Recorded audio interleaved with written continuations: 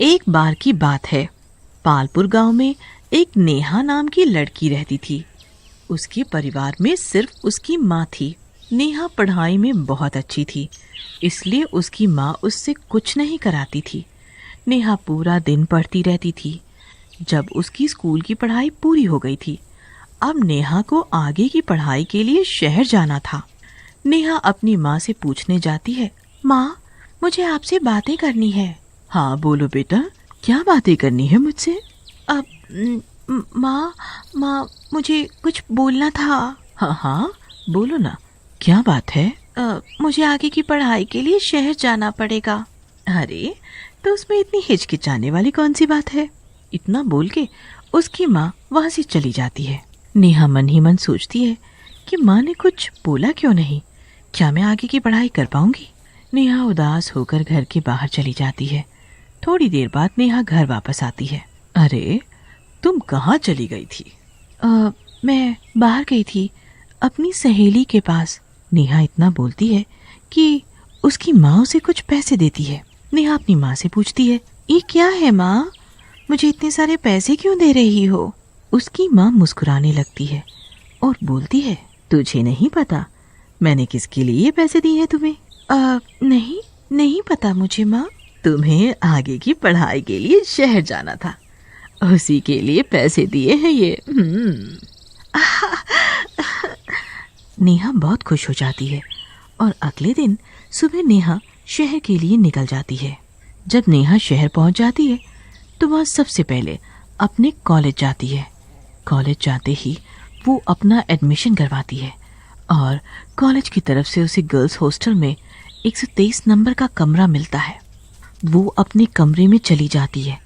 रात काफ़ी हो जाती है तो नेहा सोचती है, हाँ रात तो बहुत हो गई है, मैं अभी सो जाती हूँ।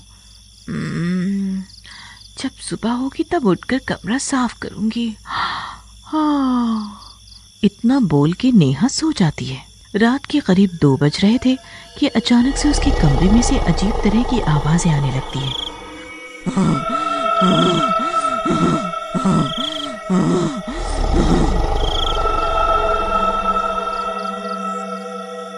तो उस आवाज को सुनते ही नेहा जाग जाती है।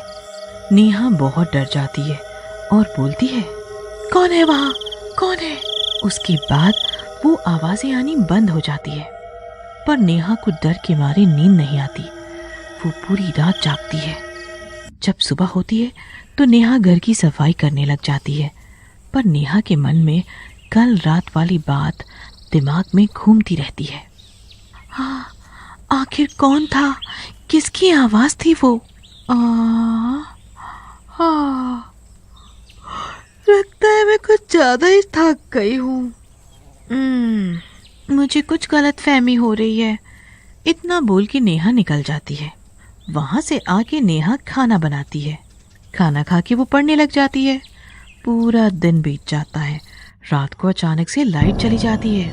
नेहा को अंधेरे से डर लगता है। नेहा बोलती है, ओफो, इस लाइट को भी अभी जाना था। इतना बोल के नेहा सो जाती है। काफी रात हो जाती है तो फिर उसे वही आवाजें सुनाई देती है।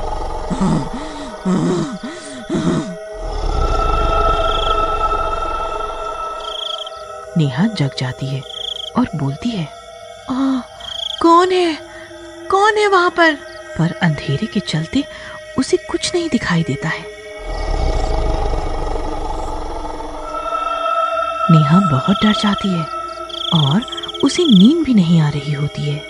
नेहा बस यही सोचती रहती है कि कब सुबह हो और कब मैं बाहर जाऊं। पता नहीं मैं कहाँ फंस गई हूँ। अगली सुबह नेहा हॉस्टल के मालिक के पास जाती है और बोलती है, ये कैसा कमरा है? इसमें तो अजीब अजीब तरह की आवाजें आती हैं रात को। मुझे दूसरा कमरा चाहिए। मैं अब इस कमरे में बिल्कुल नहीं रहूंगी। इतना बोलती है कि हॉस्टल का मालिक बोलता है, एक तो इतने कम दाम में मैंने तुम्हें कमरा दिया है और कमरे तुम्हारे बजट से बाहर है। नेहा वहां से चली जाती है। जब नेहा वहां से जा रही होती है तो उसे एक बुढ़िया बुलाती है। नेहा उस बुढ़िया के पास जाती है। क्या हुआ माँ जी, आपको कुछ काम था मेरे से? बेटी, तुम यहाँ नई आई हो क्या? हाँ माँ जी।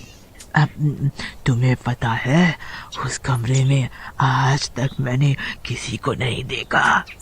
बहुत सालों से मैं रह रही हूँ। उस कमरे में से अजीब अजीब तरह की आवाजें आती हैं। और लोगों से भी यही सुनने को मिलता है कि उस कमरे में एक लड़की ने अपनी जान दे दी थी। तब से उस लड़की की आत्मा उस कमरे में ही रहती है। बेटी, अगर जिंदा रहना चाहती हो तो उस कमरे में मत जाओ वहाँ। अब आगे तुम्हारी मर्जी। मैं तो चली। इतना बोल के वो बुढ़िया वहां से चली जाती है। नेहा अपने कमरे में जाती है। उसे वही आवाजें सुनने को मिलती है।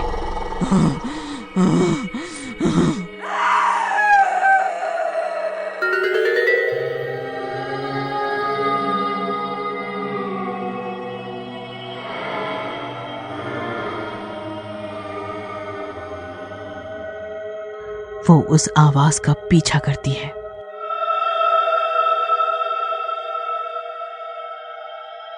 और बोलती है, देखती हूँ कि ये आवाजें आ कहां से रही हैं। अब मुझे पता लगाना होगा कि इस लड़की का क्या राज है।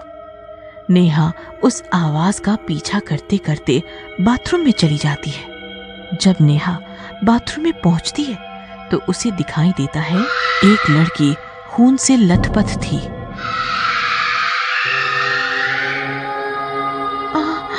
तुम कौन हो और तुम्हारी ये हालत किसने की? भूतनी रोने लगती है और बोलती है, मैं भी तुम्हारी तरह शहर में पढ़ने आई थी, लेकिन मैं जब इस हॉस्टल में आई तो मुझे हॉस्टल के मालिक ने 123 नंबर का कमरा दिया था।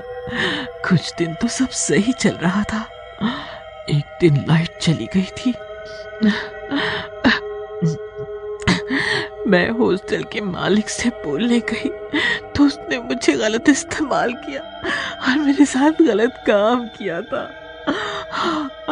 मैं बहुत रोई, बहुत चिल्लाई, पर किसी ने मेरी मदद नहीं की और फिर मेरी मौत हो गई। तब से मैं उसी कमरे में घूम रही हूँ। मेरी आत्मा उसी कमरे में घूमती है। ओह, तो तुम्हें अब मुक्ति कैसे मिलेगी? जब तक मैं उसे मार न दूं, तब तक मेरी आत्मा को शांति नहीं मिलेगी। ओह, तो तुम अब क्या करोगी? कैसे मारोगी उस आदमी को? तुम मेरा एक काम करो, तुम उस आदमी को किसी भी तरह इस कमरे में लेके आओ। इतना सुनते ही नेहा वहां से चली जाती है। नेहा हॉस्टल के मालिक के पास जाती है और बोलती है, सर, मेरे बाथरूम में पानी नहीं आ रहा है। तुम चलो, मैं आता हूँ। नेहा वहां से चली जाती है और अपने कमरे में आ जाती है और उस भूतनी को बोलती है, मैंने अपना काम कर दिया है, अब तुम्हारी बारी है। जब तक वो मालिक भी ऊपर आ जाता है। मालिक की नीयत कुछ सही नहीं लगती नेहा को। चलो देखते हैं, तुम्हारे बाथरूम में पानी क्यों नहीं आ रहा है। बाथरूम में जाते ही उसे वो भूतनी दिखाई देती है। मालिक बहुत डर जाता है और बोलता है, तुम तो मर गई थी, फिर जिंदा कैसे हो गई?